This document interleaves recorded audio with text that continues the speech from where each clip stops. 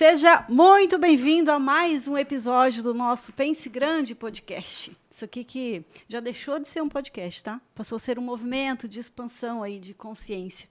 Afinal de contas, a gente por aqui acredita que para ser grande é preciso primeiramente pensar grande. E também, para ser grande, uma empresa hoje, né? A gente fala aí para o mercado do trabalho, né? O empreendedorismo. Ser grande é porque, em algum momento, você, ainda pequeno, agiu como grande. Por isso que você se tornou grande. E aí também tem uma outra pegada aí que não dá para deixar passar assim, despercebido. O que é grande para você? Não é? Será que é uma estrutura física de muitos metros quadrados, ou até mesmo belíssima? Será que é a quantidade de colaboradores, faturamento? Ou o impacto que esse negócio, que esse trabalho gera na vida das pessoas. Então, o papo sempre é nessas duas vertentes, é nessa pegada por aqui, e, com toda certeza, todos os convidados que por aqui passam deixam a sua mensagem, deixam um insight, uma inspiração para que você possa transformar o seu meio. Afinal de contas, um meio ele só pode ser mudado a partir da mentalidade nova, da mudança de mentalidade do homem. Não tem um meio diferente se o homem não for diferente.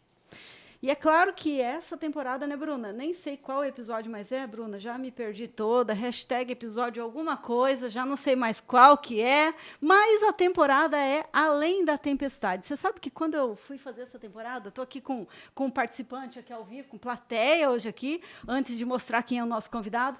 Quando eu fui montar a história, né, dessa temporada, eu falei, poxa vida, mas quem que eu vou convidar para falar de momentos difíceis, de tempestade, né? Aí, nos primeiro segundo já de pensamento, quem é que nunca, né, passou por um perrengão? Quem é que nunca passou por uma tempestade que achava que era o fim do mundo, que achava realmente que era uma tempestade que não sairia do outro lado vivo e, na verdade, sai de lá muito mais fortalecido. Então, as histórias são sempre inspiradoras. Pode ser que você, nesse momento, esteja aí pensando, meu Deus, o que eu estou passando agora é impossível de sair vivo do outro lado. E aí você vai ver aqui, nesses episódios todos, nessas histórias todas, e que não é bem assim, não é? Você mesmo pode ter pensado assim, poxa vida, aquele momento na minha vida era o fim. Não tinha mais luz no final do túnel. E hoje você está aí, vive, forte, muito mais forte do que antes.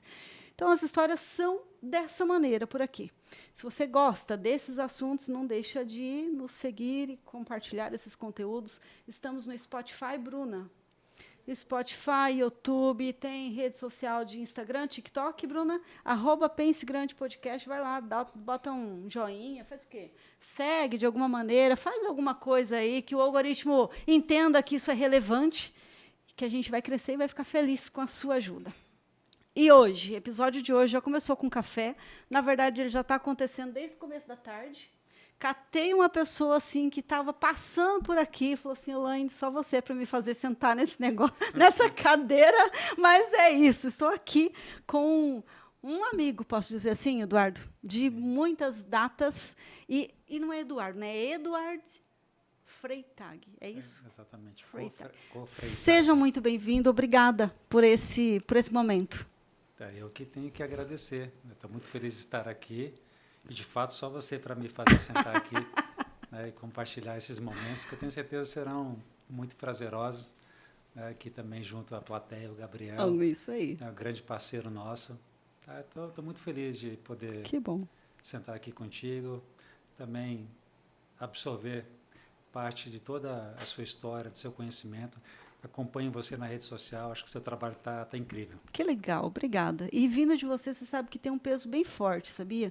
E o dia, de verdade, te dou a liberdade, porque isso aqui, assim, apesar de poder haver cortes, mas a ideia é que não tenha realmente, até porque eu só falo coisa que pode ir para...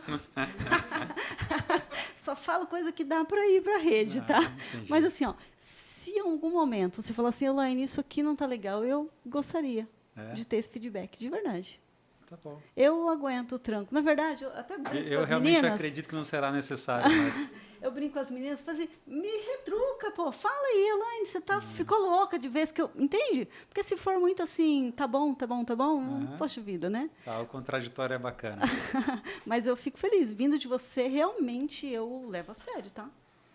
Legal. Eu digo feliz. Isso porque assim, olha, né, quem é Eduardo, né? Quem é Eduardo? Pode chamar de... Eu sempre chamei de Eduardo. Pois é, pode me chamar. Minha mãe deu um nome que nem ela própria utiliza, né? Então ela me chama de Eduardo. Mas Edward ou Eduardo... Você atende os dois lados. De qualquer forma eu atendo. Muito bem. Quem é o Eduardo? Vamos lá, só para a gente começar aí. Bem, eu vou falar né, deixar você falar, poxa. Bem, nesse momento, como papel principal, eu sou o avô da Maia, né? Esse é o meu papel mais importante nesse momento. Né? Que legal, hein? Tenho visto isso nas redes sociais, eu falo assim, olha, quem te viu, quem te vê, não é? Essa é a grande alegria, né, das nossas vidas nesse momento. Um aninho. Vai completar um ano mês que vem. Que legal. Bem, o Eduardo é um pai de um casal, Camila com 29 para 30 anos, o Felipe com 28. Camila, mãe da Maia, é casado com a Rose Fraga, filho da Nina, fundadora da Nina Cabeleireiros. O som tá bom aí, Bruna, ou pode... Tá bom? Ótimo. Um salão com 38 anos de história, do qual a gente se orgulha muito, né, de fazer parte. Hoje é a terceira geração da família que já está envolvida, né, e quiçá nós teremos a quarta, né, no futuro aí com o crescimento da Maia. Muito feliz com a vida que eu tenho, né, com a família que eu construí, de ter a oportunidade de ter meus pais ao meu lado, né, nessa trajetória toda. A sua mãe ainda atua? Minha mãe ainda atua. Ela corta cabelo, é a paixão dela.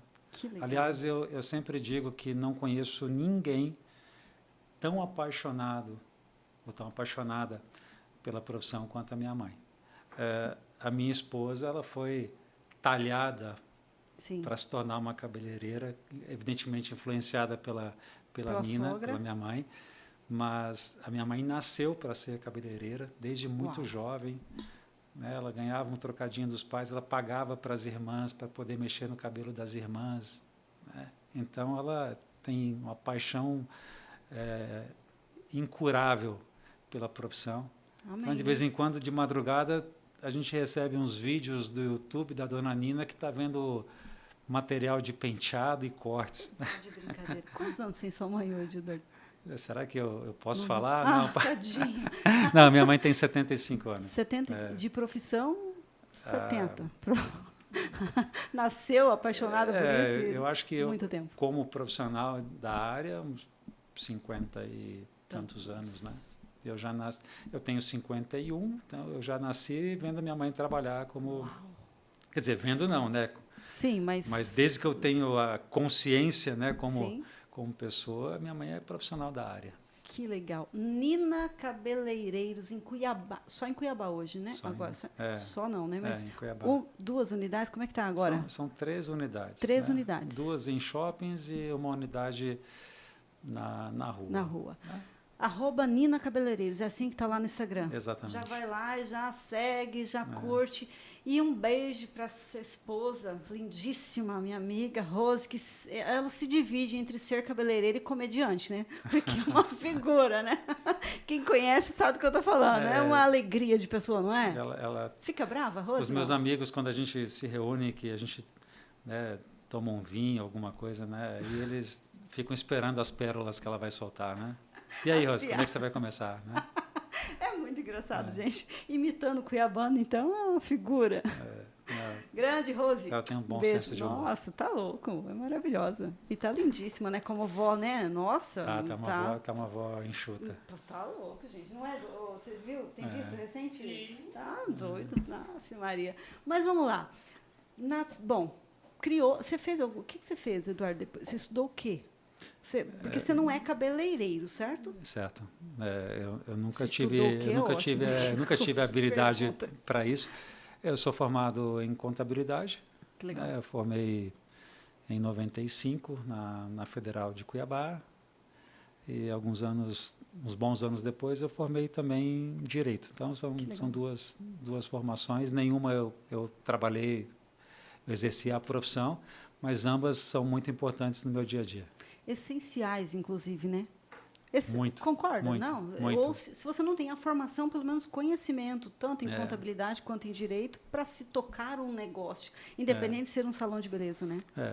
Quando a gente faz direito na faculdade, acho que fica claro que todos nós deveríamos ter, né, uma noção de direitos, né, do direito, evidentemente também das obrigações, mas seria de muito bom uso para qualquer empresário, para qualquer cidadão. Para qualquer cidadão, exatamente. Você sabe que eu falo assim, né? Poxa vida, se tivesse que cursar mais uma faculdade, eu faria direito, sabe? Mas eu optei por fazer um MBA em Direito Empresarial, porque daí já vai direto ao ponto, sabe assim? Sim. Eu lembro de um dos MBAs de gestão, assim, eu tinha uma disciplina sobre Direito Empresarial, eu apaixonei demais, assim, falei, caramba, como que alguém abre um negócio e não tem esse conhecimento, sabe? Conhecimento de coisa básica, de direito do consumidor, sabe, o que pode, o que não pode, né? É importante demais para a gente não saber um pouquinho ou não ter próximo da gente alguém que sabe um pouquinho sobre isso, que possa nos orientar, não é? Enquanto empreendedor, poxa. É fato, verdade. Né? Eduardo, 3 unidades, então, lá em Cuiabá, à frente desse negócio. Isso. Há quantos anos daí você está no... Há 20 anos, eu e minha esposa compartilhamos a gestão. Em 2004, a gente voltou, né, de uma experiência fora do Brasil, em 2002 até 2004. Depois de eu ter passado alguns anos numa multinacional, trabalhando com copiadoras. Sério? E aí, quando nós voltamos, a gente... alguns amigos dizem que eu tomei o salão da minha mãe, né? Então, a gente arrendou o salão da minha mãe, e passamos, então, a empreender uma visão um pouco mais moderna, no sentido de implantação de novas tecnologias, né? A minha mãe cuidava... Atualizando o salão para a empresa, né?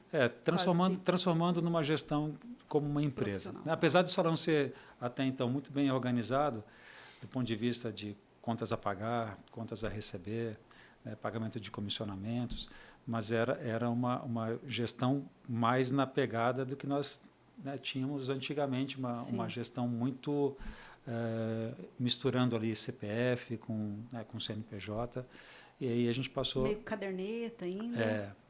Né? Que era, uma época, né, para você ter uma ideia, quando a gente começou a trabalhar, cartão de crédito ainda era algo, dentro dos salões de beleza, muito raro de encontrarmos, né?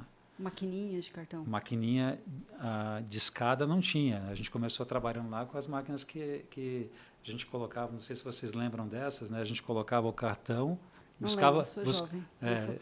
Então, por isso que eu estou perguntando se vocês lembram. Né? Não lembro. Mas, então, a gente tinha uma maquininha, um manual, ligava para a operadora de cartão, pedia o número da autorização, preenchia e passava o cartão numa espécie de um carbono, né, para registrar o número do cartão.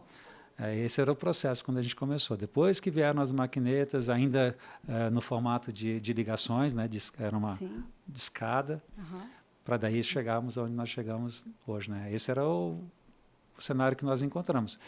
A gente tinha uma carteira de clientes bacana, né? Minha mãe sempre teve um trabalho dela, da equipe, muito bons, né? Já tinha um nome, então nós tivemos o privilégio, né, de tocar uma operação que nós não tivemos que iniciar, né, começar do zero. Tinha know-how, tinha cliente, tinha, né? Tinha o mais importante, né, que era o cliente. Então, a gente começou, né, e era um processo natural de informatizar, né, fazer alguns investimentos, né, que a minha mãe naquele momento já não estava mais tão disposta a fazer. Era o nosso momento de entrar, né, e de colocar o nosso DNA no negócio. Né, e eu cuidando da parte da gestão e a Rose com o operacional. Como até hoje nós deixamos muito bem separados os nossos papéis, né, dentro da empresa. Isso é extremamente importante, né, Eduardo? Porque trabalhar em família, primeiro, assim, ó, herdar, né? Por mais que né, arrendou, mas assim. Tá, pode dizer, pode chamar de herdeiro. Não, desculpa, não, mas não é herdeiro. Não tem nada para desculpar. Não, mas eu me sinto honrado, eu tenho honra de ter seguido o negócio da minha mãe. Mas herdeiro no sentido da sucessão, entende? Não estou dizendo que não tem os contratempos. Não, você está pegando uma empresa familiar e independente do tipo de negócio que foi feito, se foi comprado, se foi recebido de graça, ou se foi, enfim, mas você tinha que dar continuidade a uma história. Sim. Uma história que até então estava muito bem obrigada. Exatamente. Não é? Exatamente. Daquela maneira, do jeito que ela fazia, com todo respeito à maneira, até porque hoje a gente pega empresas que ainda estão, o que mais tem, Eduardo, desculpa, mas o que mais tem no pequeno e médio empresa é essa confusão de CPF com CNPJ ainda. O que mais tem ainda, talvez não seja mais a caderneta, mas um sistema mal utilizado é o que tem ainda. Entende? Baseado, né? Está tomando decisões baseadas com informações que nem sempre são as mais fidedignas à realidade. Então, querendo ou não, 20 anos atrás, então, era pegar um negócio que estava indo muito bem, obrigada, na forma, na maneira de ser conduzido, mas que se continuasse daquele jeito, provavelmente ia ter alguns problemas, porque tinha novos entrantes, novas tecnologias. Então, herdar isso. E aí o herdar, não me interprete da forma assim, eu ganhei a empresa, mas assim, estou tendo que dar continuidade a um negócio que funcionava muito bem. Sim. E aí ter aquele feeling de validar aquilo que funcionava para falar assim, vou ter que fazer uma implementar uma novidade, uma coisa nova aqui, sem deixar perder a essência. Não é? Desafiador, não é? Desafiador, a gente teve momentos de atritos até dentro mesmo ali da gestão. Meu pai era o nosso financeiro, né, extremamente metódico, organizado, mas das fichas em papel. Você tinha a empresa toda ali nas fichas, extremamente bem controlada, né, e quando a gente traz a informática para dentro da operação, e nós, desde o início, entendemos que informatizar, ter um sistema que nos auxiliasse na gestão era fundamental para o nosso crescimento. A gente tinha uma missão, um objetivo muito claro, que era crescer, mas a gente entendia e continuo muito convencido de que ter uma gestão eficaz é o melhor, o único caminho, talvez, para que você cresça e se mantenha grande, né? A gente vê muitas empresas crescendo e quando você vai para os bastidores, não são organizadas como deveriam. Né? E com o tempo não se as coisas sustentariam a uma ventania um pouco mais forte, né? Uma tempestade, por exemplo. Não tem as informações, as coisas não funcionam nos bastidores como deveriam funcionar, e ter esse equilíbrio ali nos bastidores, né, na retaguarda, é o caminho que te permite crescer. Você sabe o que eu defendo? Na minha visão, evidentemente. Mas com toda certeza. Você sabe o que eu defendo hoje, né? Enfim, olhando para vários salões, e eu acabo pegando salão pequeno, salão que está começando, e salão maior. E eu sempre falo assim, né? A pessoa está fazendo a gestão, fazendo as anotações, ele comanda, contas a receber, contas a pagar, tudo no papel. E eu falo assim que isso não é que é errado. Bem de coração, assim, sabia? Não é que isso não é possível de se fazer. É possível você fazer uma gestão no papel. Só que você tem limitações. Crescimento, muito difícil, porque você tem que tomar uma decisão, você não tem dados o suficiente no tempo hábil para que se tome uma decisão, principalmente no mercado de hoje, que é tudo muito mais ágil. Né? Mas não é impossível você fazer uma gestão na caderneta. Só que é impossível você crescer com isso, né, dessa forma, porque você não tem a agilidade que hoje o mercado exige. Você não tem tantos controles assim, ou tantos indicadores para que você tome a melhor decisão no melhor tempo e da melhor forma. Então, possível é você fazer controle, mas isso te limita o crescimento, com toda certeza. Com toda certeza. Porque sabe por quê, Eduardo? Eu falo assim, olha, às vezes a pessoa não tem nenhuma habilidade com a informática. E aí, de repente, implementa o sistema. e ela fica perdida. E aí ela perde o controle total. Porque daí deixa na mão de outro, e aí sim que o trem desanda, sabe? Então, assim, entender da tecnologia hoje vai ser tão necessária quanto tomar água, entendeu? Não tem muito o que fazer. E eu falo isso também da inteligência artificial agora, tá? Para os atendimentos. Mas esse é assunto para daqui a pouco. Quanto ao sistema, né,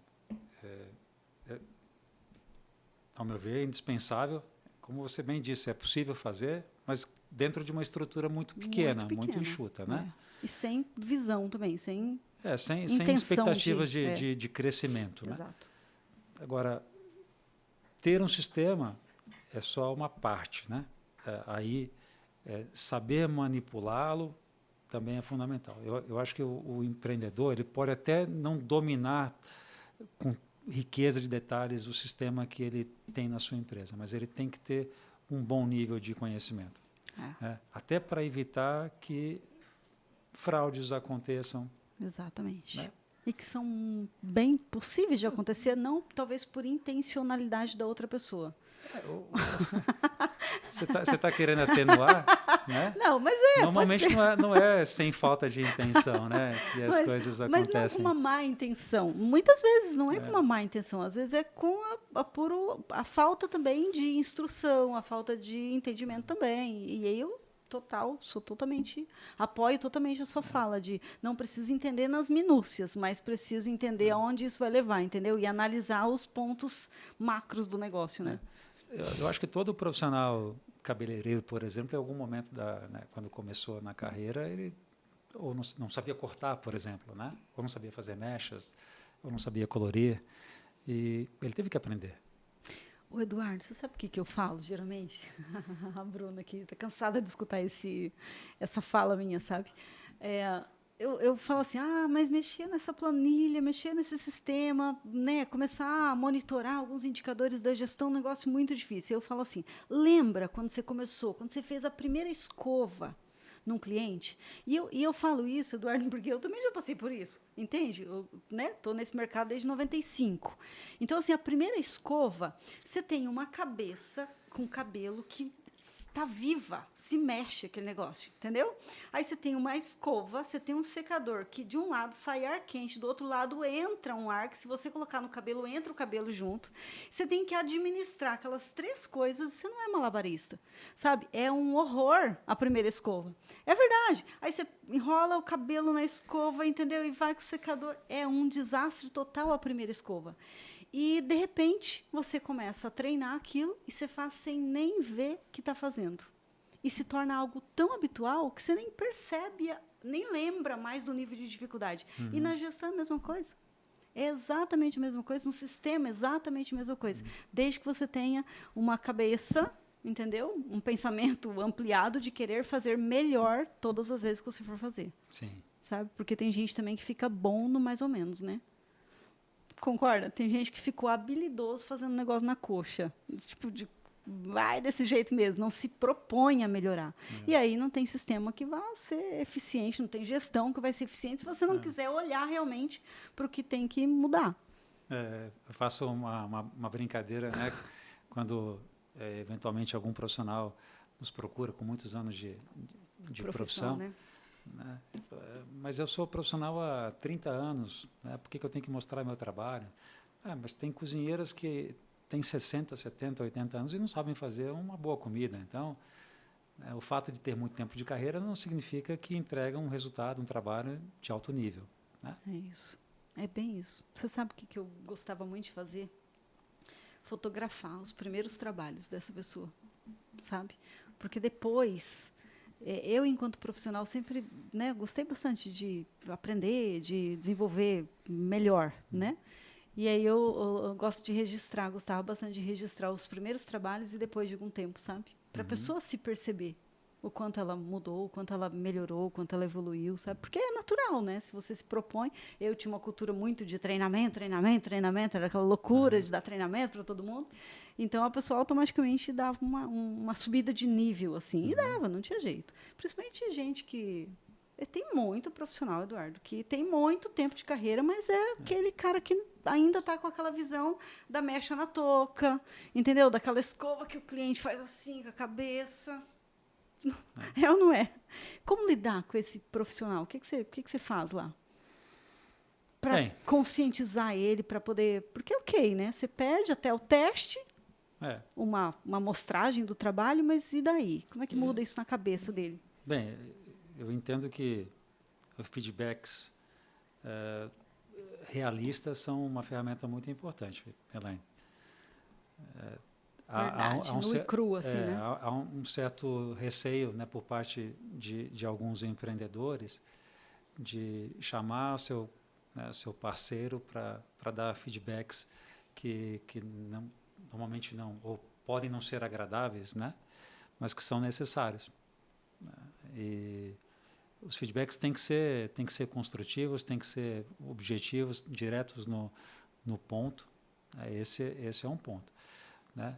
Traçar um planejamento de carreira, mostrar para o profissional, né, onde ele deve evoluir, o que ele quer para a carreira dele. E aí, em cima do que ele deseja para a carreira, né, o que tem que ser feito, quais são os caminhos, né?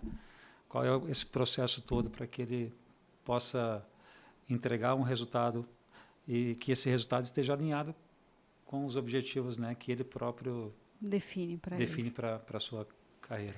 Trabalho fácil esse, não? Não é fácil, né? Ele é um trabalho que demanda bastante, nem sempre esse momento do feedback é agradável. Muitos não recebem isso. Para os dois lados também, né? Para os dois, né? Eu acho que a crítica é importante, mas eu acho que ninguém gosta de receber uma crítica. Né? Geralmente, né? Mas ela, quando necessário, né? tem que ser ou entregue ou recebida. Independente da relação, né, Eduardo? Se é um subordinado, um CLT ou se é um parceiro. Né? O mercado da beleza hoje vive muitos gestores vivem esse milindre, esse pisar em ovos, porque o cara não é meu funcionário, né? Ele é um autônomo aqui dentro. Qual que é o segredo para lidar com isso? Bem, eu não tenho nenhum problema, né, de tratar com os nossos parceiros, autônomos, não importa que nomenclatura a gente vai usar, afinal de contas, eu acho que nós temos objetivos comuns. Né? Se está ali dentro, a empresa e o parceiro querem a mesma coisa. Querem crescer, querem faturar mais. E para isso é necessário que o perfil também do colaborador esteja, evidentemente, alinhado com o que a empresa quer entregar para o seu cliente.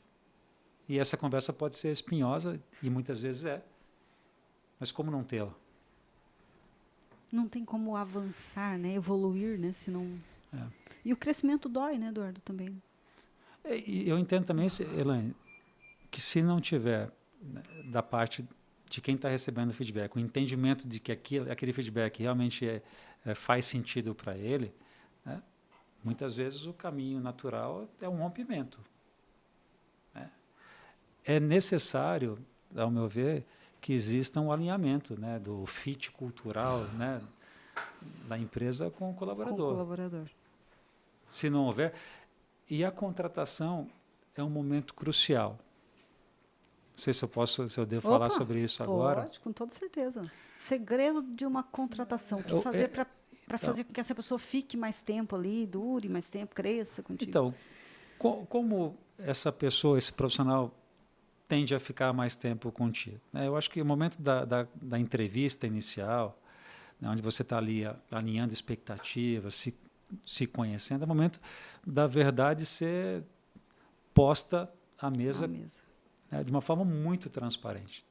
Então, na minha empresa... a missa completa mesmo. Exato. Né? É investir ali. Eu faço questão de, nas entrevistas, investir bastante do meu tempo naquele momento, tá? E falar especialmente o que eu acredito que o entrevistado possa não gostar no futuro.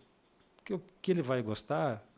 Se eu falar agora ou depois, não tem diferença. Mas o importante é o que ele pode não gostar da minha empresa, da nossa forma de trabalhar. Sim. E aí eu estresso este assunto, né? Exponho isso para que ele entenda que é aquilo que nós esperamos dele. E se ele entender que ele não vai adaptar-se a essa cultura interna, esses cenários, não. É muito melhor para uma empresa não ter o contratado do que ter um contratado que não vai se alinhar, naturalmente vai ser, ou vai pedir para sair ou vai ser expelido, né? Pelo próprio grupo. Porque tem isso também, exatamente. Se não está vibrando essa mesma cultura, é natural, inclusive. Que... eu não me sinto acolhido, eu não me sinto parte daquele universo, eu vou pedir para sair. Né? E aí a gente vê, como consequência de não fazer isso, empresas, salões de beleza com um turnover muito grande. Rotatividade gigantesca. Mas aí vem aquele pensamento, né? Porque, assim, talvez muitos empregadores hoje, empreendedores, donos de salão, estão pensando assim, mas se eu fizer isso, já está difícil contratar gente, né? Com uma falta aí de mão de obra, né? Ou com uma dificuldade maior de atrair, de ter essa mão de obra à disposição. Fala assim, poxa, mas se eu for muito criterioso demais, se eu dificultar a entrada, aí que eu não vou ter mais. Sua visão sobre isso? Bem, o que você diria para essa pessoa? Particularmente, eu não vejo exatamente como dificultar, né, o acesso. É sim ter a clareza de que eu estou contratando alguém que realmente venha a somar com a minha equipe, né, esteja alinhado com o que nós queremos para a empresa. Se não tem o perfil, a gente não vai moldar um caráter de um adulto. Né? Então, se você percebe desvios de caráter que vão te incomodar, que podem vir a se tornar um problema dentro da sua equipe, até para que a equipe te respeite, né, você tem que manter o discurso alinhado com a prática. Total. Né? Então, eu prezo por determinados valores. E aí eu contrato alguém que claramente não dá valor a isso. Como é que eu justifico para a minha equipe? Ou como é que eu faço quando eu vou cobrar da minha equipe uma postura, né, que um recém-contratado não tem? Perde a autoridade total, né? E aí desequilibra, harmonicamente desequilibra todo mundo. E você pode perder mais gente do que... Então a minha resposta seria não se precipite, né, no ato de contratar. Né? Não deixe de falar... Eu entendo perfeitamente a angústia de alguns empresários, né? Especialmente quando eles não são profissionais da área, que eles dependem no nosso mercado é muito do profissional para fazer a locomotiva andar. E aí, no desespero de contratar, muitas vezes não são claros nas contratações, deixam informações mais espinhosas, que eles sabem que são espinhosas. Mas deixa para depois. E aí depois, quando este espinho aparece, o que acontece com esse colaborador? Aí você tem que... Ele sai. Regra é que ele sai. Ou fica alguém dentro do seu grupo te criticando. Insatisfeito. Né? Criando toda uma problemática dentro da organização. E aí vale a pena, eu lhe pergunto, vale a pena ter alguém, né, que fale mal da empresa? Eu estou cada vez mais consciente que não faz sentido você manter um colaborador que... laranja podre, né? Tira logo, né, Eduardo? Tira. Remova logo, e não independente de faturamento. Exato. Independente da parte boa, né? Porque eu recebo esse tipo de pergunta, Elaine, eu estou com uma pessoa que ela está fazendo, né, a cabeça de mais pessoas aí, só fala mal, vem cliente, vem me falar, eu escuto, ou enfim, o trem está desandando, mas é um profissional que tem X faturamento e se eu demiti-lo, o trem vai bagunçar. E aí? O que você diria?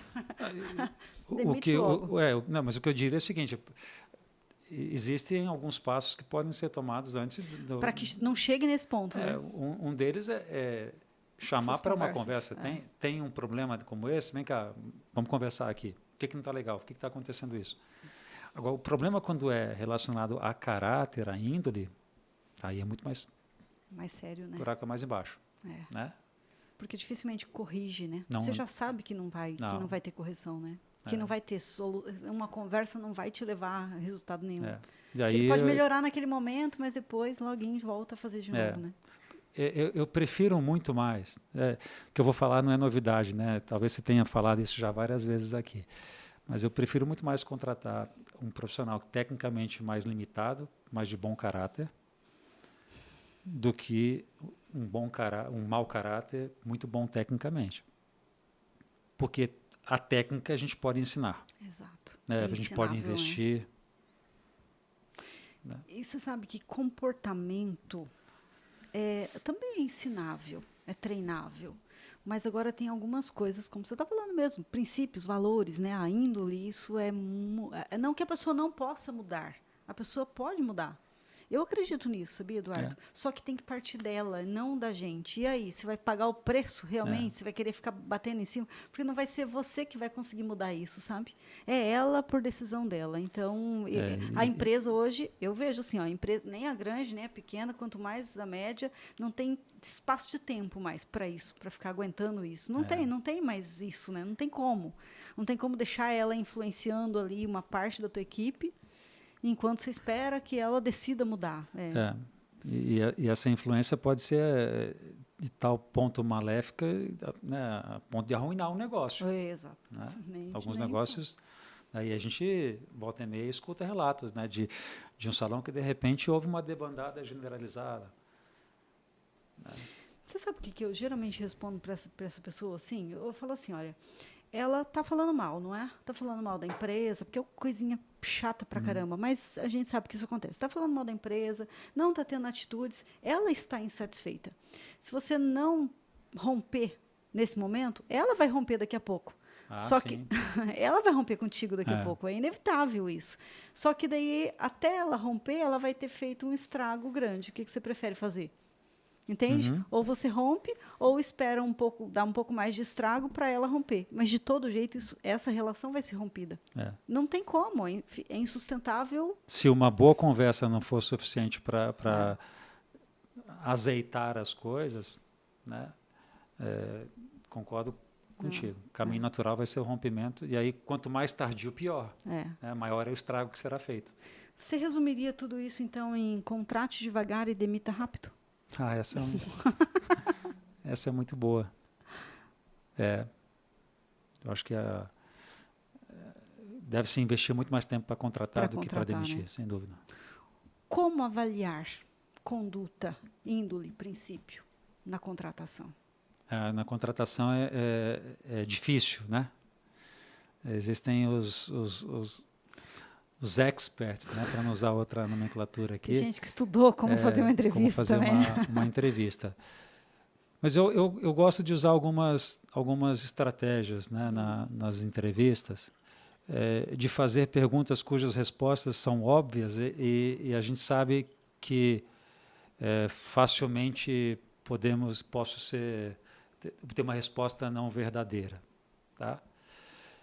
Mas mesmo assim eu faço questão de perguntar, porque se depois de contratado algo que eu perguntei não estiver da forma como ela me respondeu que faria, como seria o comportamento dela, aí eu vou dizer, vem cá, quando eu te contratei, né?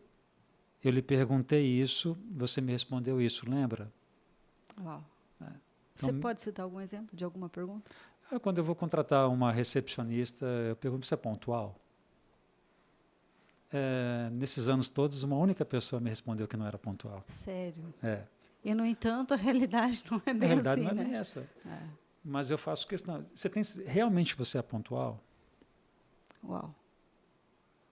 Realmente você faz isso? Faço. Então, ok. Então, vamos deixar claro que eu estou contratando quem você está me falando que você é. Uau.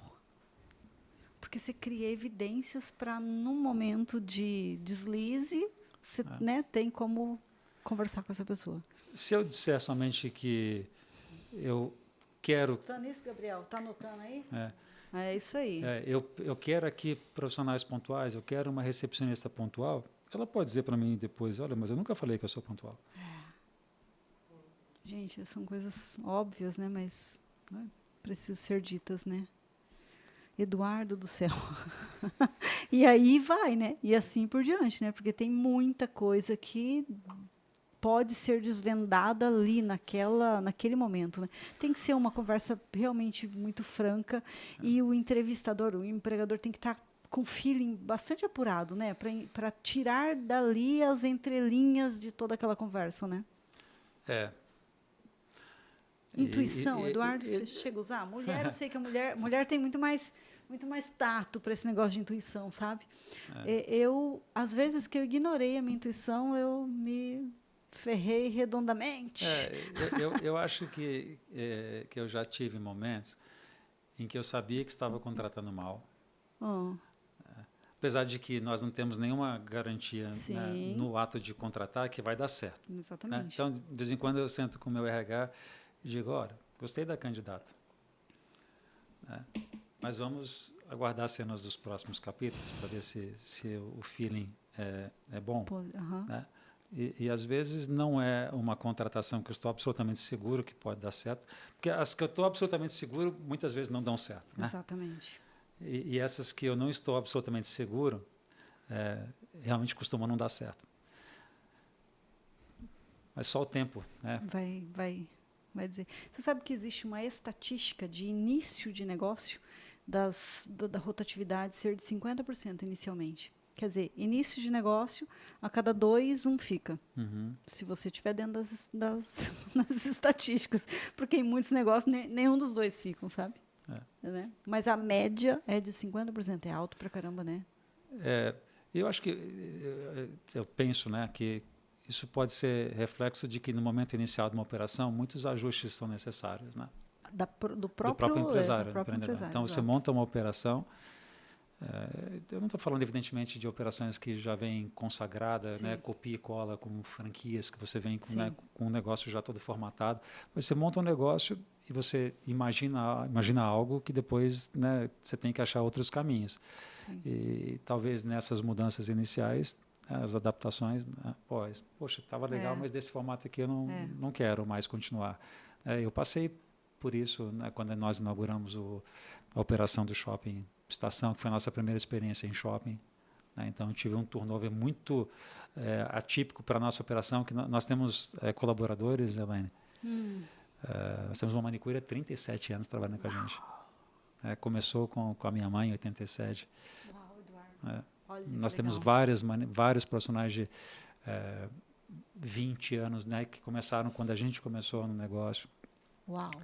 Nós temos uma cabeleireira, a Josi, que está conosco há 30 anos, 30 e tantos anos. Eduardo do céu, raro hoje em dia. E crescendo, ela? Crescendo? Ou assim, chegou num momento que falou assim, tá bom assim para mim, por isso que eu fico aqui. A profissional? Tem isso também, o profissional.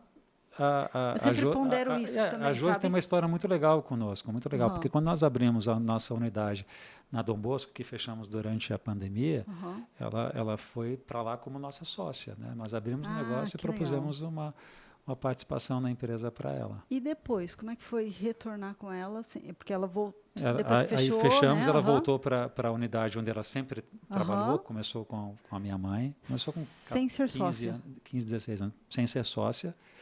E foi tranquilo para ela? Mas foi muito tranquilo. A Josi tem uma cabeça muito boa. Também tem outros projetos de vida que talvez hoje até fossem incompatíveis com o empreendedorismo. Tá? Mas foi uma experiência muito bacana e é uma querida, está com a gente lá, firme e forte. E a gente fala, né, do fechou unidade, mas assim, eu me lembro dessa época, é que Cuiabá, quem está aqui em Sinop, tá, Gabriel? A gente não faz ideia do que foi realmente a pandemia, sabia, Eduardo? A gente fechou aqui, nós tivemos um decreto de fechar 15 dias, mas fechou, não chegou a fechar, não lembro mais, acho que não, se deu uma semana, assim. Então, a gente conseguiu trabalhar nisso. E, incrível. Né? Não. Para nós, foi muito traumático. Claro, né? nós tivemos, né, uma redução de cliente, as adaptações todas, mas pelo menos podíamos estar de portas abertas. Diferente de grandes, né, dos grandes centros, Cuiabá, por exemplo, que ficou muito tempo fechado e que talvez o pequeno, o salão pequenininho, que trabalhava só ele e tal, pudesse trabalhar. Né? Só entra pelo lado aqui, eu abro rapidinho, você entra e eu continuo te atendendo ali com cara fechada, de porta fechada, mas o grande não, né? O grande tem todos os olhares voltados, né? E aí, como foi lidar com isso tudo? Foi muito difícil. No shopping, na época nós não tínhamos a unidade do Shopping Pantanal ainda, era só no Estação, mas Se eu não estiver equivocado, nós ficamos cerca de 90 dias fechados. Fechados. Zero faturamento? Zero faturamento. Né? E aí alguns me perguntam, o shopping, então, não cobrou nada de vocês nesse período? Não, o shopping nos cobrou. Não como cobrava habitualmente. Uhum. Né? Mas o shopping, ele... Não sou aqui defensor de shopping, não sou advogado de shopping, tá? Mas custos continuaram a acontecer. Você tinha que ter segurança no shopping. As coisas, a gente sabe que uma casa fechada não para de dar despesas, né? Sim. Então, um shopping é a mesma coisa. É o famoso custo fixo, né? Nós pagávamos, reduziu o efetivo de segurança, de outras funções, mas o shopping tinha que ter as suas manutenções. Então, a gente teve um custo menor, mas tivemos. Não só o shopping, né? A loja de rua também continua tendo alguns custos, né? Muitos custos, pô. É que, via de regra, os custos fixos que nós temos com o shopping são sempre mais expressivos, né? Então, é o que mais impactou, né? Aluguel, condomínio. Mas aí entra uma outra questão, né, que está relacionada à gestão, que é a importância de você não estar muito alavancado, né, das empresas terem alguma reserva financeira, dentro cada um do seu potencial, né, do seu respectivo tamanho. Sim. Não importa o tamanho, mas eu entendo que é importante ter uma reserva, um caixa, né, e não ter que eventualmente se socorrer em bancos para qualquer pequena intervenção que tenha que ser feita Quando a tempestade vem, você precisa estar firme, né? E uma desses pilares da firmeza é realmente a reserva, não tem outro caminho, né? O que você diria que seria uma boa reserva financeira? Eu entendo que uma boa reserva, considerando que a maior parte dos custos de um salão são variáveis, que são as comissões, metade do faturamento do mês. Uma metade do faturamento do mês você ter lá à disposição. Exatamente. Não precisa estar em caixa ali, mas de fácil retirada ali, né? Liquidável no curto prazo. No curto prazo, exato. Metade do faturamento. Porque a gente tem, se a gente considerar, eu não tenho esses números de cabeça, tá? Mas você provavelmente tem. Quanto representa, em média, os custos com comissões de uma operação? 40%, 50%? Quem dera se fosse 40%, Eduardo. Vamos botar... Mas o teto deveria ser médio, não deveria ultrapassar 50%. Tá, então vamos arredondar os números para facilitar a conta. 50%. Então, se a empresa fatura 100 mil, ela tem 50 mil de reservas, significa que ela tem um mês de custos fixos garantido ali para uma emergência. Eu falo sempre assim, sabe, que é claro, né? Nem todo mundo tem reserva financeira, mas eu sempre também oriento, Eduardo, que não só PJ, tá? PF também, né? Não só PJ, PF também, principalmente no nosso setor, que é trabalho, né? É autônomo, eu estou ali, se eu fico doente, eu não faturo enquanto profissional, não é? Então, é importante também ter essa reserva na pessoa física. Mas a gente fala sempre, né, do custo fixo, né, do valor do custo fixo. O ideal é que você tivesse, o ideal não, né, o ideal do mundo dos sonhos, 12 meses. Né? Mas ainda assim é muito difícil, 6 meses. Então, o mínimo, eu entendo também que tem gente que não tem nada, tá? E a gente também ensina como sair disso, mas então que seja pelo menos 3 meses, sabe? Porque talvez dificilmente a gente vai enfrentar uma pandemia de novo. Não é? Mas ela aconteceu. Só que as emergências, as tempestades dentro de um salão de beleza, pode ser um profissional que faturava muito e, de repente, sei lá, viajou e resolveu, até porque estava faturando muito, quer passar um mês fora do Brasil e pronto, você perdeu o faturamento de um mês. O faturamento daquele profissional. Pode ser que ele saia. Pode ser que você tenha um problema trabalhista, por exemplo. Pode ser que você tenha... Poxa, são tantas, variáveis, não é? Né? Tantas as variáveis que pode te colocar em contrapartida ali que você tem que fazer. E não dá, concordo plenamente contigo, não dá para qualquer imprevisto, ou imprevisto, não é, você recorrer a banco. Aí você mata a lucratividade total. Mas eu falo assim, ó, pode ser que você não tenha. Eu posso falar Gabriel? Que a taxa de juros está muito alta? Não, aí você pode. Tá alta? Parece que está, né? Gente do céu, que absurdo, então, né? Mais uma boa razão para fazer uma reserva e não ter que buscar empréstimos. Minha nossa. É isso? É, total. Tá. Não dá, não. Sem chances de pegar dinheiro hoje. Sem chances, Eduardo. Não, não tem como. Quero fazer uma reforma. Nesse momento, 2025 nós estamos falando, Eduardo, é sério. Você sabe que tem aí, eu tenho, né, ouvido algumas economistas e, enfim, as expectativas aí, não essas de pesquisa. Talvez a gente seja cortado nesse momento aqui, mas vamos lá. Que nós estamos trilhando um ano comparado economicamente, expectativa, confiança, comparado a 2016, se eu não me engano. 2016 foi né, o auge da crise do impeachment da Dilma, né? Dilma. Que situação, né? Tão pouco tempo a gente teve um declínio importante na economia. Elaine, nas suas mentorias, né, eu sei que você também fala sobre a importância de não misturar.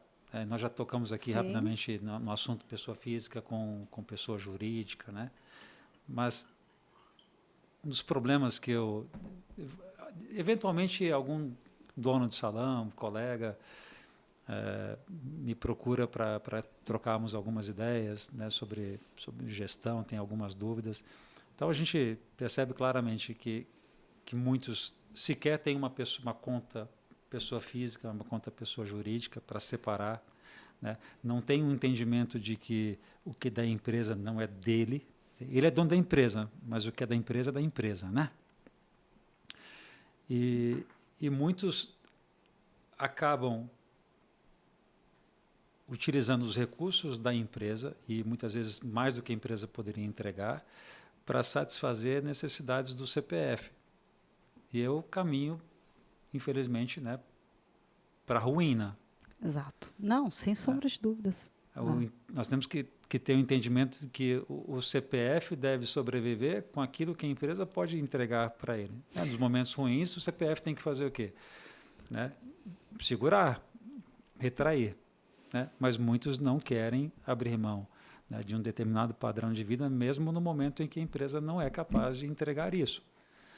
Se o CPF está bem com a reserva, e você tocou no assunto, né, do CPF, né, de forma muito clara, se o CPF está bem financeiramente, ele não vai sobrecarregar a empresa.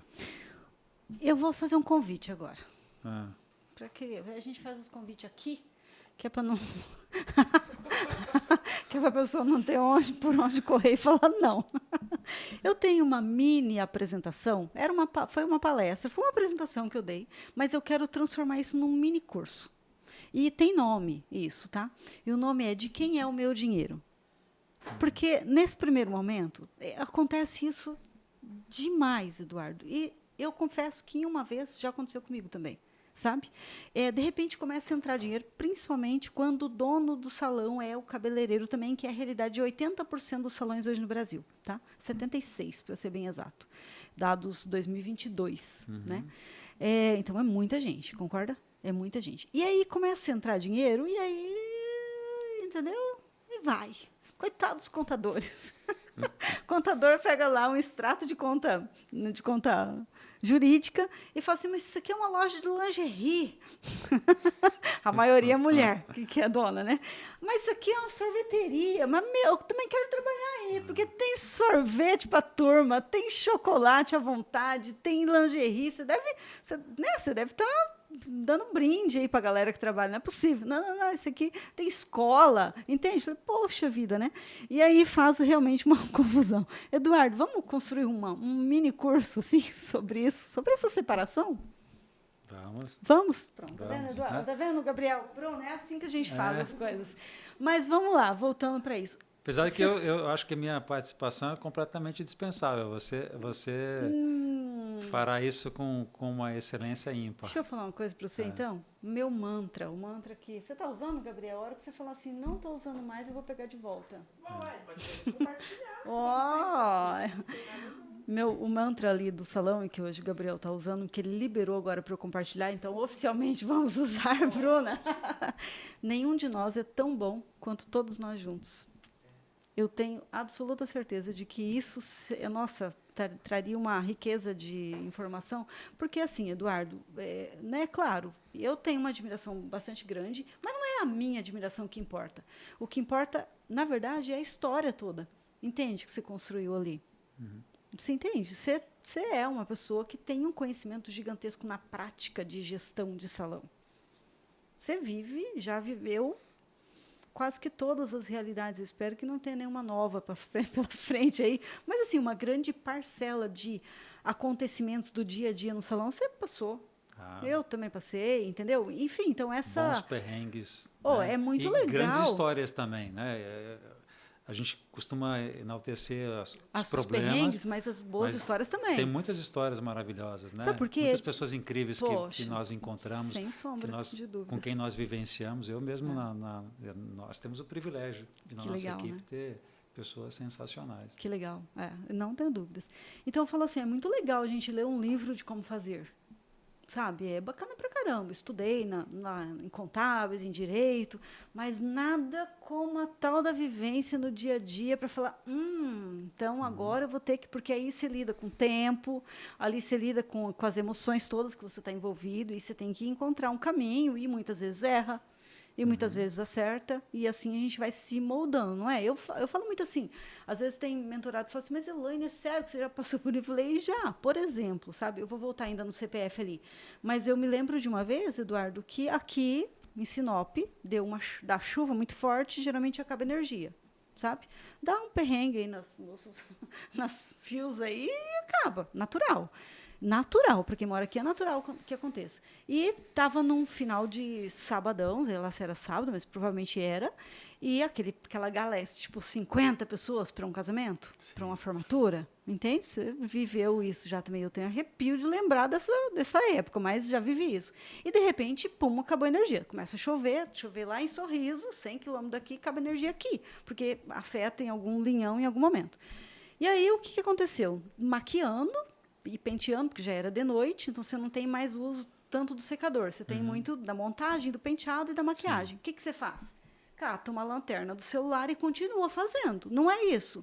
Porque, afinal de contas, geralmente o local da festa tem gerador, porque o povo aqui também já está acostumado com esse negócio. Isso é coisa de interior, tá? Mas acontece. E aí a gente continuou fazendo o trabalho daquele jeito. Só que, em uma pessoa, na mãe do formando, 2 dias depois, na segunda-feira, essa pessoa entra em contato, 2, 3, quantos dias depois, entra em contato me mostrando as fotos. E aí ela falou assim, Elaine, olha aqui a foto. Ficou muito, muito claro aqui, sabe? A maquiagem não ficou legal e eu não tenho nenhuma única foto que eu consigo aproveitar. Aí eu sabia quem que era o fotógrafo, entro em contato com o fotógrafo, meu filho, dá um jeito, né? Mas isso já tem um tempinho. Ela falou assim, Elaine, eu até tentei, fiz Photoshop, tá, mas ela falou que desconfigurou demais e realmente não tem como. Eduardo, a minha sorte é que eu tinha uma boa relação com aquela família, que era uma cliente de muito tempo, e ela entendia daquilo, mas, assim, era muito fácil de eu ter um problema financeiro gigante ali. Entende? E aí, quando eu falo disso, eu me lembro que, depois disso, eu desenvolvi um documento, um aceite, uma conscientização de que a gente iria continuar o serviço. Ela queria continuar ou não o serviço à luz de lanterna, luz de vela, sei lá o quê. E que isso poderia afetar o final. Você entende? Para se precaver, porque ali, nossa, se ela quisesse, você já imagina como conhecimento em direito, você sabe o que poderia ter acontecido. Entende? Porque... E aí você fala assim, poxa, mas você passou por isso? Passei por isso. Passei por recepcionista sendo presa, passei por polícia vindo apartar a briga de recepção, de manicure, entendeu? Passei por isso e algumas coisas. Imagino que não sei se as mesmas já passou por uma série de vivências. Algumas experiências, não é? Similares à sua. Né? É muito tempo. É muito você tempo. Você falou que está desde 95, eu desde 2004. Né? Desde 95, desde 2002 na frente de dona de salão. Mas mesmo tempo. Tempo similar. Então, nós vivemos, sim, experiências constrangedoras, algumas que foram responsabilidade nossa, erros que cometemos. Outros, como o que você relatou aqui, não, inerentes à situação ali, né? Nada que você pudesse, né? É um caso de força maior. Né? Então, em tese, você não tem responsabilidade com o resultado que causou, mas... O impacto era muito grande. O impacto da imagem, né, que a gente tem aí para o mercado e a repercussão negativa que isso pode causar, né? Mesmo diante de uma situação tão peculiar como a que você relatou, né? Por isso que eu falo que isso vai ser muito mais rico nós dois juntos. Ok. Fechou, okay. Combinadíssimo. Mas voltando aqui, o assunto do PF e PJ, dessa mistura toda, eu lido, a dor maior que eu resolvo dentro dos salões é a falta de controle e a falta de visibilidade de lucro, tá? De lucratividade. E muitos salões realmente estão operando no prejuízo ou no ponto de equilíbrio ali, mas muitos estão com lucratividade. Só que o dono, por conta dessa mistura toda, não consegue perceber. E aí, às vezes, Eduardo, eu falo assim, né? A pessoa vai lá e faz uma retirada de prolabore, sabe? Você fala, tá, mas isso justifica o quê, né? O que você faz ali? Não, eu faço todo financeiro, tal. Eu falo, tem financeiro mais barato aí no mercado, você pode... Porque essa contratação aqui está onerando demais, está sangrando o negócio. Tem gente que você pode contratar que eu não posso falar assim, que melhor do que você, né? Porque daí a pessoa me suspende os boletos, sabe? Entendi. Mas assim, mas de verdade, tem muita gente que pode exercer a mesma função com um preço menor, sabe? A mesma coisa eu falo de comissão, sabia, Eduardo? É muito comum o dono, que também é profissional da área e que se paga para um lado ou para o outro, tá? Se paga uma comissão muito grande ou se paga uma comissão muito menor, que infelizmente disturba ali o resultado final, que não é legal nem um lado nem o outro, sabe? Porque outra coisa também que eu vejo bastante que acontece tem lá, sei lá, 10 mil, 5 mil, vamos falar aqui, 5 mil reais de investimento em educação. Eu falei, poxa, você investiu bastante. Não, foi um curso que eu fiz, da Pivot Point, por exemplo. Fui lá fazer um curso lá na distribuidora e tem todos os gastos, eu lanço para a empresa, poxa. Falei, você pagaria para os outros, ou para profissional, pelo menos da mesma competência que você pagaria assim 100% também? Não, então, não é? É o se pôr, né, Eduardo, como uma outra pessoa. E são duas pessoas, né? Isso que as pessoas não entendem. Uma pessoa física e uma pessoa jurídica. Não dá para uma matar a outra, porque as duas têm que estar bem, né?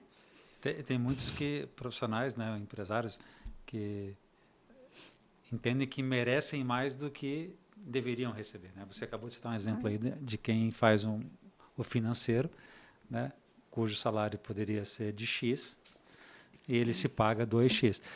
Né, sem ter o entendimento que ele deve receber o X que o mercado pagaria, o que ela pagaria para aquela função, e aí o que sobrar, né, aí sim distribui lucro, né, faz o pagamento do dividendo. Falta muito entendimento disso, né, Eduardo? Falta. Está muito amador nesse sentido, né? Mas aí existe uma... Porque não é a mesma coisa. Concorda? Mas depois eu vou retirar no lucro. Não é a mesma coisa, porque se você não coloca isso no lugar certo, você não tem a visão para tomar as medidas que deveria tomar para que esse negócio seja mais próspero. Você distorce os números, né? Você distorce. Aí a análise gerencial fica completamente comprometida. Entende? Exatamente. E aí a gente volta àquela história. Minha empresa é rentável, não é? Eu tinha, no início, né, quando a gente começou, eu e a minha esposa, eu tinha um problema que eu acho que ilustra um pouco dessa realidade, né? Do que é a empresa e o que é do CPF.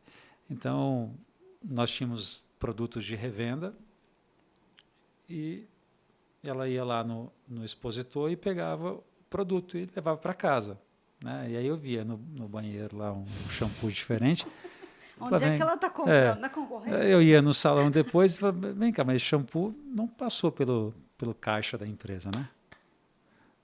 Rose, Rose, esse shampoo. Aí eu peguei para mim e falei, mas você passou lá no caixa? Não passei. Eu falei, pois é. Mas a empresa não é minha? Eu falei, a empresa é sua, mas o shampoo é do salão. Então você faz o seguinte, pega o shampoo, passa lá no caixa Afinal de contas, se você fosse comprar o shampoo, você teria que pagar por ele. Se fosse comprar em qualquer outro estabelecimento. Sim. Aqui não é diferente. Coitada da Rose. É o choque no primeiro momento, não é? Até entender isso, né? Mas hoje é muito claro, né, para nós. Se eu, em algum momento, você pagar lá 10, 20, 50 reais para alguém, eu não carrego dinheiro. Eu não tenho R$2 na minha carteira. Né? Tô brincando. É só cartão. Tem que pagar lá R$30, R$50 para alguém. Né? Eu estou na empresa, eu digo para o meu financeiro, por favor, paga, faz um pagamento para mim ali. Ela faz o pagamento que eu peço, mas não sem antes ela chegar com um valezinho para eu assinar. Perfeitamente. E eu digo mais, eu digo, a sua obrigação é me cobrar que eu faça o certo. Eu não quero um financeiro que quer comigo quebre as regras do jogo. Então tem que valer para mim também, tem que valer para minha esposa, tem que valer para os meus filhos. Só não pode valer para minha neta, aí eu abro uma exceção. Eu vou te falar, viu? Para a neta tem um protocolo diferente aí. Diz que avô é... Como é que é? Avô é pai com açúcar? Avô, o que os netos não fazem com as pessoas, né? Não sei o que ela vai aprontar comigo. Ai, Eduardo. Mas eu sei que ela vai aprontar comigo. Que legal. Você sabe que quando eu cortava o cabelo do Felipe, quando eu tinha um salão, eu vinha cortar no domingo, porque ele era escandaloso, entendeu? Você quer mais um café? Não, obrigado. Não. E aí eu fazia um vale no outro dia, ué. Eu usei estrutura. Eu fazia um vale, recebia minha comissão, pagava. Normal. Então você insinuou aqui que eu era duro com a Rose. A Rose nunca lançou uma comanda para um corte meu, então ela é mais suave nesse aspecto, né? Mas você sabe o que eu dizia sempre? Uma vez eu ouvi, né? Ouvi sem querer, sabe? Uma cabeleireira falando que a gente tinha um programa de benefício, de desconto para familiar. Então, a pessoa, quando entrava, ela falava lá 3 famílias, 2, 3 dependentes, e ela tinha um desconto para o serviço. E aí eu ouvi ela falando assim, a profissional, eu acho um absurdo eu ter que pagar para cortar o cabelo do meu marido, do meu filho, mesmo que com desconto. E aí eu estava chegando na cozinha naquele momento, falei, ainda bem que eu tenho um salão, não tenho uma concessionária de carro, né? Porque já imaginou se eu tivesse que dar agora carro para o seu filho, só porque ele é seu marido, seu filho? É funcionar. A lógica é a mesma, né? Não tem como. A gente não pode sangrar o PJ, a nossa empresa. E é o que mais acontece, Eduardo. Não só no ramo da beleza, tá? Na pequena empresa, por falta desse pensamento de fazer o certo enquanto está pequeno, porque quando você cresce, você vai precisar fazer o certo.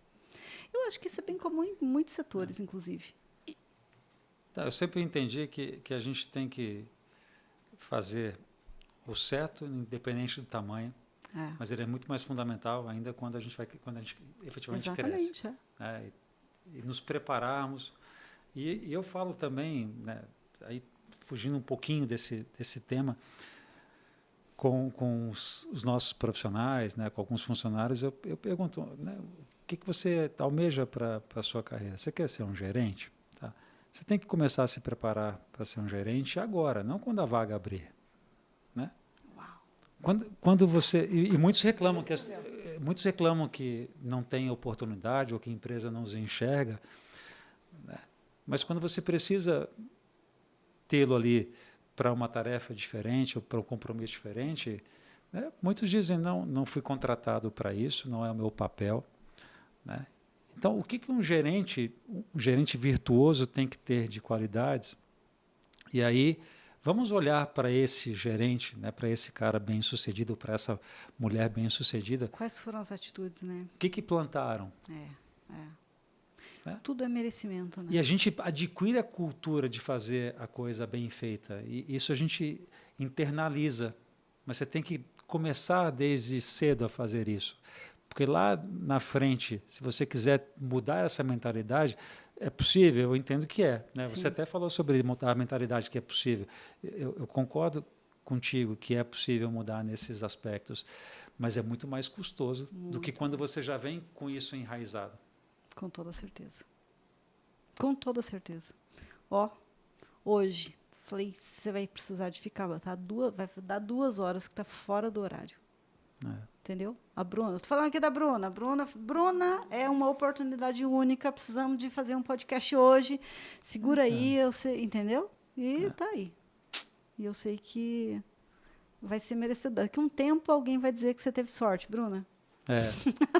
Daqui a um tempo mas é bem isso, não é, Gabriel? É o Gabriel também. E são escolhas que são feitas o tempo todo. É muito comum nos feedbacks. Eu tenho certeza que vocês já passaram por isso também. Quando a gente vai tratar um assunto com alguém específico, ele justifica as suas atitudes porque outros fazem. Sim. Né? Sim. Então, eu costumo dizer, o tempo todo nós tomamos decisões, escolhemos o que fazer.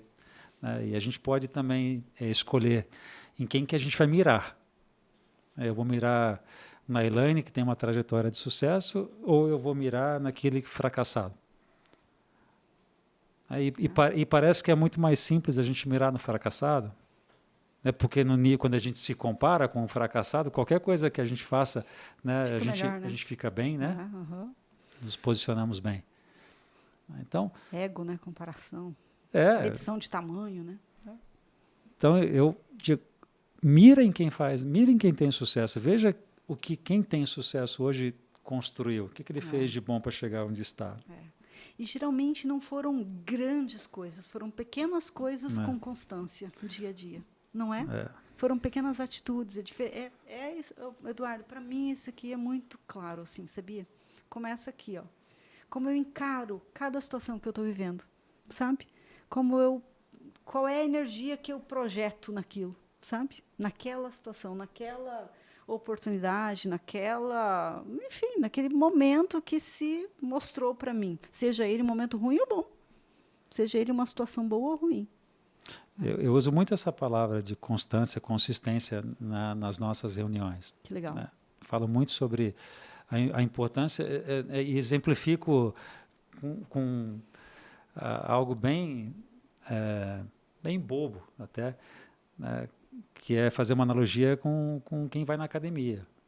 Eu digo, pessoal, adianta você chegar aqui no trabalho hoje, mega empolgado, fazer um trabalho incrível, e no dia seguinte você não estar bem, trazer, né, um humor que não é legal para cá. No terceiro dia você volta com um pico de entusiasmo maravilhoso. O que traz mais resultado? É o cidadão que vai na academia segunda-feira e malha 5 horas, igual um maluco. Né? Mas aí ele não vai terça, não vai quarta, não vai quinta. Aí volta na segunda-feira seguinte, ou aquele que vai todos os dias na academia e faz meia hora. Né? Então, muito melhor na minha opinião, quem tem uma constância num nível bom. É claro, não adianta ser constantemente ruim, né? Tem que ser constante. Por isso que eu falo, sabia, com a visão de querer melhorar sempre, porque senão... Uma constância em bom nível, né? Uhum. Então, eu corro de kart e a gente brinca muito entre nós pilotos, né? Que eu estava muito constante, né? Mas eu estava muito constantemente lento. Então, vai ficar bom lento. Então não resolve também, né? Tem uma frase que talvez eu não saiba reproduzir aqui com fidedignamente, que é do Denzel Washington, que é um cara extremamente inteligente. Não sei se você já viu algumas falas dele. Ele fala que o que nos faz iniciar um projeto é o desejo. Uhum. Mas o que nos faz chegar nos nossos objetivos é a consistência. Que legal. E é mesmo, sabia? Porque em algum momento vai ter tempestade. E se você desistir, você nunca vai ter chego no resultado que você quer. E é fazer todos os dias aquilo que precisa ser feito, né? Que legal. É isso mesmo. Só para eu complementar. Muito melhor fazer o ordinário bem feito todos os dias do que o extraordinário de vez em quando. Eduardo, você sabe que a gente de vez em quando fala sobre inovação, o que você precisa fazer, e eu brinco sempre com os salões, né? Você pode mais uma água para mim? Eu falo assim, faça o básico bem feito, depois você busca uma inovação. Uhum. Se você não estiver fazendo o básico bem feito, de nada adianta você querer fazer, desfazer, entendeu? ficar enfeitando o ovo, se você não chega no horário para trabalhar, se você não lava um cabelo bem lavado, se você não corta um cabelo bem cortado, se você não sorri. Eu começo lá do início, né? Assim, ó, você é profissional, você vai para o salão todos os dias que você se propôs aí? Se você já não vai, filho, ou se você vai de qualquer jeito, com aquele pensamento de o cabelo sujo, ou, sabe, sem a postura de querer atender, pronto, já morre ali. De nada adianta você servir o cafezinho com chocolate, com não sei o quê, se você não fizer o básico bem feito. E mais, tá, Eduardo? Quem hoje, se você fizer o básico bem feito, você já está na frente de muita gente. Da maioria porque esmagadora. O que tem de gente ruim no mercado, eu vou te falar, não é para... Olha... Tem muita gente meia boca demais aí, sabe? Se for um pouquinho mais do que meia boca, você já está à frente de muita gente. Deixa eu te perguntar uma coisa. Tirando a pandemia, qual que foi a maior tempestade que você já viveu? Obrigada, Pri. Você já viveu como gestor de salão de beleza? Como gestor, como dono, como, enfim, à frente de um salão. Tirando a pandemia, porque a pandemia foi punk, né? Eu acho que dos últimos tempos, talvez... Eu acho que não há nada comparável com a pandemia. Perdeu gente na família, não? Não. Ou na equipe, nada? Não. Na equipe, sim. De funcionário, não do operacional, mas do escritório. Um funcionário muito querido faleceu. Puxa. Mas, Elaine, eu sou muito conservador na minha forma de gerir, de conduzir o negócio. Então, esse lado que tem uma relação com a minha formação como contador, né, de sempre... Precisão, né? Sempre ser cauteloso com o que investe, preocupar sempre com ter uma reserva. Talvez eu nunca tenha passado por um momento que se aproxime ao que nós vivenciamos na pandemia. Eu tive momentos, né, de perder profissionais importantes. Eu acho que o momento mais crítico que eu passei foi quando nós começamos a operação da Dom Bosco, que foi ali foi o passo mais audacioso que eu já dei na minha trajetória. Houve um momento em que eu assumi um risco muito grande, foi naquele momento era um investimento muito alto. Sim. Nós não tínhamos o plano B, não havia qualquer possibilidade de ter um plano B. Era só o A, de dar certo. E que não é ruim. Que não é ruim. Não é. Você se dedica totalmente. Não é ruim, mas ele poderia ser muito impactante, né? Se não der certo. Até a ponto de comprometer patrimônio pessoal. Assumimos um risco muito grande. E aí nós tivemos algumas saídas inesperadas dentro da equipe que havia, e aí eu tive que movimentar, levar a Rose de uma unidade para outra, né, no momento em que não planejávamos fazer aquilo. No fim das contas, foram 12 anos nesse mesmo endereço, né, até que fechamos. Mas ali foi o momento que nós perdemos dormimos mal algumas noites, pensando, nossa, a gente tem que fazer dar certo. Né? Então, quando hoje alguém me diz, eu vou fazer tal coisa, mas se não der certo, eu falo, então não vai dar certo. Porque se for com esse pensamento... Ou você tem somente o plano A, ou é o plano B que vai vigorar, que vai prevalecer. Né? Isso até nos relacionamentos pessoais, a gente pode dizer. Exatamente. Né? Vou casar, mas se não der certo eu separo. Vai separar.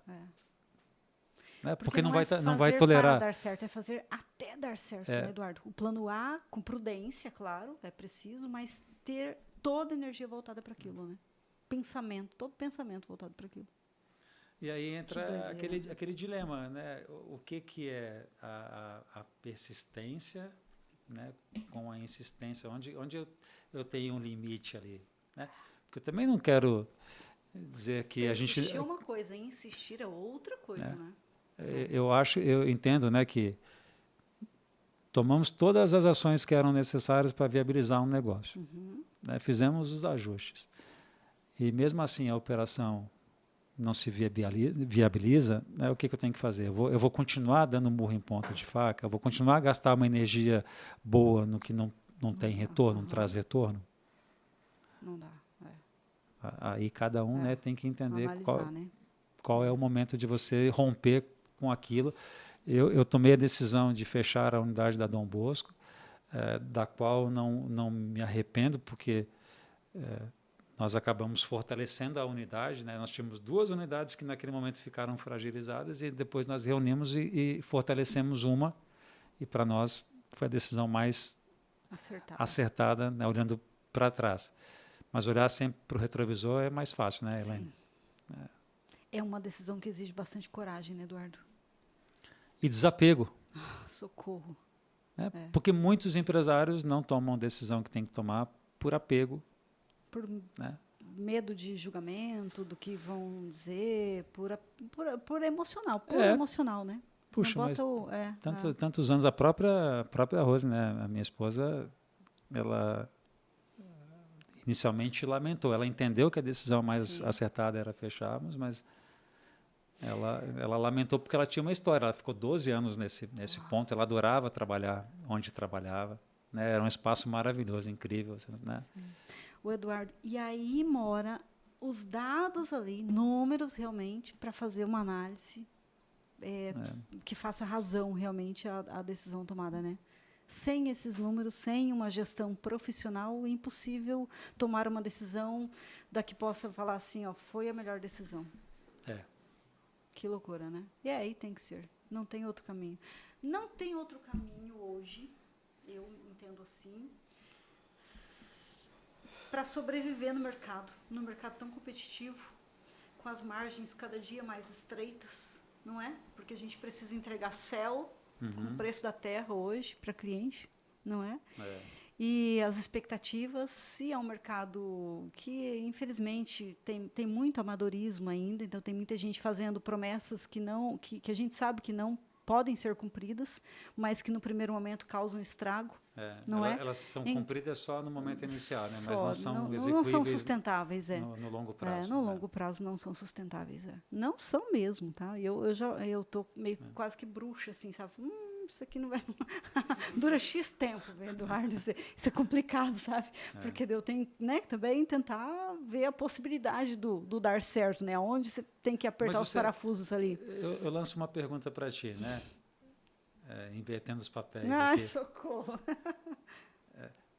Você entende que fazer uma ação que você não consegue, e não estou falando de uma ação pontual, mas eu vou oferecer para o cliente algo que não é sustentável no longo prazo, é uma solução inteligente, interessante para o salão, ou